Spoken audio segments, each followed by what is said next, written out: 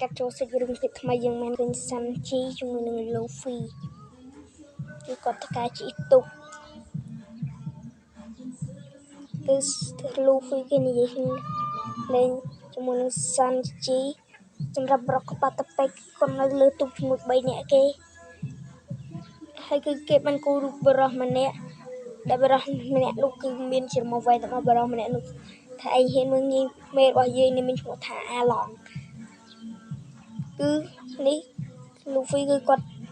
បោះទៅដល់សំពៅគាត់គឺគាត់ចង់ឲ្យសាន់ជីធ្វើមកហូបផ្លូវ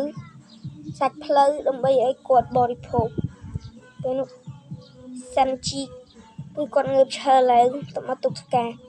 ជាងមកដល់អាឡងហើយគឺអាឡងភីក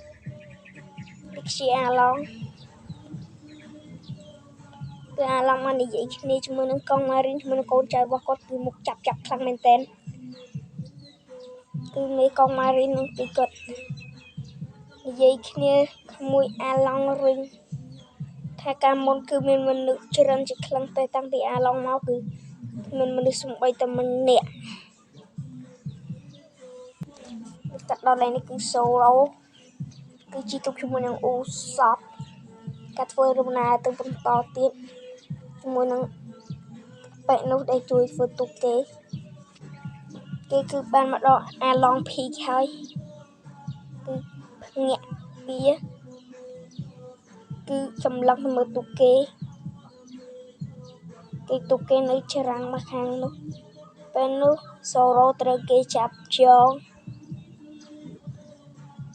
ពេលនោះគឺសូរ៉ូ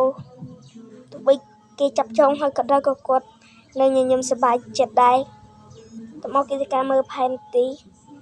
តមកគឺឃើញមានជាមួយនឹងបរិះ2នាក់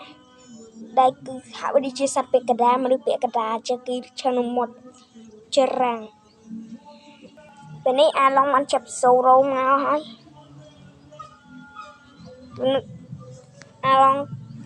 គឺខាងសូរ៉ូណាដែលបានចូលទឹកដីវាអត់មានភាពច្បាស់លាស់គឺចូលទឹកដីវាដោយស្ងៀមស្ងាត់ដែលគ្មានអ្នកណាដឹងគឺมันបានការអនុញ្ញាតពីអ្នកផ្សេងពេលនោះគឺណាមីមកគឺឃើញសូរ៉ូត្រីជាមិត្តភក្តិគាត់គឺអាឡងប្រាប់ណាមីឲ្យទៅវាយសូរ៉ូគឺណាមីបានឲ្យទៅសូរ៉ូតែទឹកមុខណាមីហាក់បីដូចជាមិនចង់វាយសូរ៉ូទេតែណាមីគឺប្រខំចិត្តខ្លួនឯងដើម្បីវាយសូរ៉ូគឺសូរ៉ូនិយាយហេតុអ្វីបានណាមីនៅជាមួយអាឡងគឺណាមីបានបង្ហាញដៃគឺសាក់រុកអាឡងមានន័យថានាងគឺជាកូនចៅរបស់អាឡងនោះគឺណាមីងើបឈរឡើងនោះគឺសូរ៉ូគឺគាត់បានសុកចិត្តចូលទឹកដោយខ្លួនឯងគាត់បានលោតចូលទឹកប្រងគឺបែកពពុះគឺណាមីគឺស្មានតែសូរ៉ូលងទឹកពេលនោះគឺបរោះយក្សនោះគឺបានទៅចាប់អ៊ូសបតែអ៊ូសបគឺរត់លឿនខ្លាំងមែនទែនព្រោះកិច្ចពីបរោះមេធំនោះតែគឺត្រូវចំពប់ជើងដួលពេលដែលគេងើបឡើងវិញគឺគេនៅក្នុងផ្ទះមួយដល់ពេលគេងាកទៅគឺឃើញមនុស្សម្នាក់ដែលមនុស្សម្នាក់នោះគឺគេមានស្នាមសាក់ដូចជាណាមីអញ្ចឹងតមកគាត់ប្រាប់ថាគាត់គឺជាបងស្រីរបស់ណាមីតមកគឺមានក្មេងម្នាក់ធ្វើមុខស្មឹកជាខ្លាំងបងរបស់ណាមីនិយាយថាណាមីចង់ជួយអ្នកភូមិនេះក៏បានចេញទៅដើម្បីលួចលុយគេដើម្បីយកមកជួយអ្នកភូមិទាំងអស់នេះពេលនេះគឺប៉ូលីសត្រូវបានអាឡងចាប់ច្បាច់កនេះគឺអ្នកភូមិជាច្រើនបានចេញមកមើលក្នុងនោះក៏មានបងស្រីរបស់ណាមីអ៊ូសបអាឡងបានច្បាច់កប៉ូលីសម្នាក់នោះជាឡើងទៅលើព្រោះប៉ូលីសម្នាក់នោះគឺខ្លាំងធំណាស់ហ៊ានមកប្រឈប់អាឡងឲ្យឈប់ធ្វើបាបអ្នកភូមិនោះអាឡងក៏ចាប់បោកតែស្រាប់តែមានអ្នកណាម្នាក់ក៏បវៃម្យ៉ាងទៅលើអាឡងដែលម្នាក់នោះគឺជាអ៊ូសបនឹងឯងជាអ្នកបាញ់ជាពីមដាក់អាឡង តែកុំមើលមុខសិតតែញើសដូចភ័យវិញទេពេល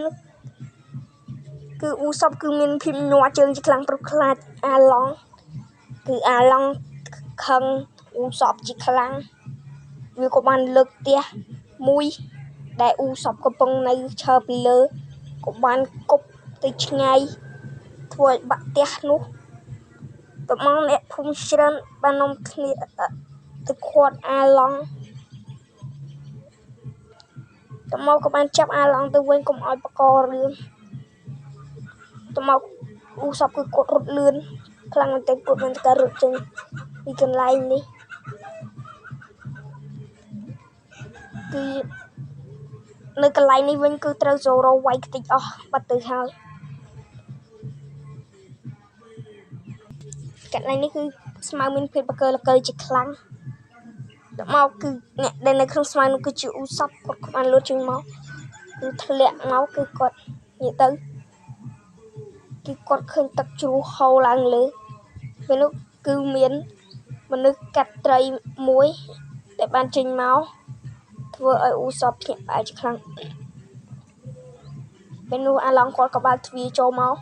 គឺឃើញគ្នារបស់គាត់គឺដេកដួលរៀបអស់ហើយអ្នកធ្វើបែបនេះគឺជាហ្សូរ៉ូនឹងឯងដែលគាត់ទៅមើលកូនចៅរបស់គាត់ត្រូវបានហ្សូរ៉ូវាយយ៉ាងទ្រុឌទ្រោមហើយកូនចៅទាំងអស់នោះប្រាប់ថាហ្សូរ៉ូជាអ្នកវាយពួកគេកាត់ដល់ឯងគឺណាមីនិតកាឈើនិយាយដោយមានភាពបិទផ្នែកគឺនាងពិតជាសោកស្ដាយរាល់ទង្វើរបស់នាងតែនាងត្រូវធ្វើដើម្បីជួយអ្នកភូមិទាំងអស់នេះពេលនោះគឺអ៊ូសបគាត់ក៏បានងាកមើលគឺនាងបានប្រាប់អ៊ូសបថានាងនឹងសម្លាប់អ៊ូសបចោលបើសិនជាអ៊ូសបមិនព្រមរត់អ៊ូសបក៏បានបាញ់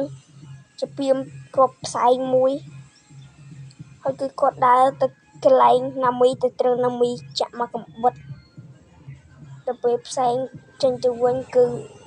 អ៊ូសបគឺត្រូវមកក្បិតរបស់ណាមីហើយកាត់ដល់ឡើងនេះគឺសូរ៉ូគឺត្រូវស្កត់ផ្ទះលើតែត្រូវសាន់ជីលូហ្វីមកជួយទាន់ហើយសម្រាប់សាច់រឿង One Piece យើងនៅក្នុងភាគនេះត្រូវបានបញ្ចប់អ្នកក្នុងកម្រិតជួយចុច Like Subscribe ជួយខ្ញុំអ្នកមួយផងដើម្បីខ្ញុំមានកម្លាំងចិត្តដើម្បីធ្វើរឿង One Piece បន្តទៀតសូមជម្រាបលាជួបគ្នានៅរឿង One Piece នៅវីដេអូក្រោយបាយ